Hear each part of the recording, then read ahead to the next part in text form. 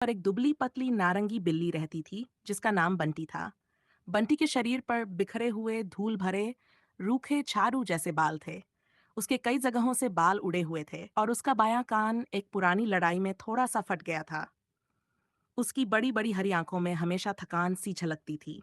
उसकी गर्दन में एक पुरानी घिसी हुई लाल रिबन बंधी थी जो कभी उसके मालिक ने बड़े प्यार से पहनाई थी, बहुत साल पहले।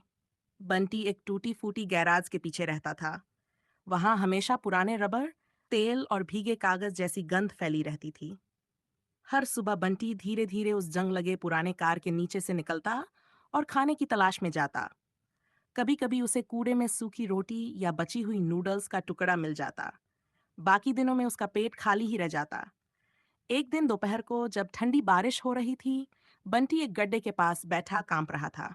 उसकी फटी हुई पुरानी छोटी कमीज उसके भीगे हुए शरीर से चिपकी हुई थी।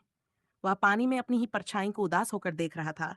तभी एक कोमल आवाज आई, अरे नन्ही बिल्ली, भूख लगी है क्या? बंटी ने सिर घुमाया। सामने एक दयालु लड़का खड़ा था। उसके हाथ में लाल छतरी थी और वह कागज में लिपटी गर्म मछली लिए मुस्कुरा रहा था। मछली की खुशबू से बंटी की नाक हिलने लगी। लड़का धीरे से नीचे झुका और मछली उसके सामने रख दी। ले लो, तुम्हारे लिए है, उसने मुस्कुराते हुए कहा। बंटी ने सूंघा, फिर हिम्मत करके धीरे से एक कौर लिया। मछली गर्म थी, मुलायम थी, स्वादिष्ट थी। ऐसा स्वाद उसने हफ्तों से नहीं चखा था। इसके बाद लड़का रोज आने लगा, कभी दूध लेकर, कभी रोटी, कभी बस प्यार भरे शब्द और हल्का हाथ बंटी के सिर पर फेरने के लिए। एक दिन वह लड़का एक छोटा सा डिब्बा लाया। उसके अंदर गर्म कंबल बिछा था। चलो मेरे साथ घर, उसने धीरे से कहा। अब तुम्हें कभी भूखा या ठंडा नहीं रहना पड़ेगा। बंटी ने अपनी हरी आंखों से धीरे से पलकें झपकाईं और डिब्बे में चढ़ गया।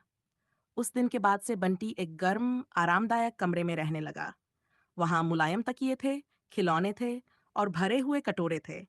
उसके शरीर के बाल फिर से चमकदार और मुलायम हो गए। उसकी पुरानी फटी कमीज की जगह एक नई सुंदर कॉलर आ गई, जिस पर एक सुनहरी घंटी झूल रही थी। अब उसके जीवन में भूख और ठंड का कोई नामो निशान नहीं था। लेकिन जब भी बारिश होती, बंटी खिड़की के पास बैठ जाता, बाहर गड्ढों में गिरती बूंदों को देखता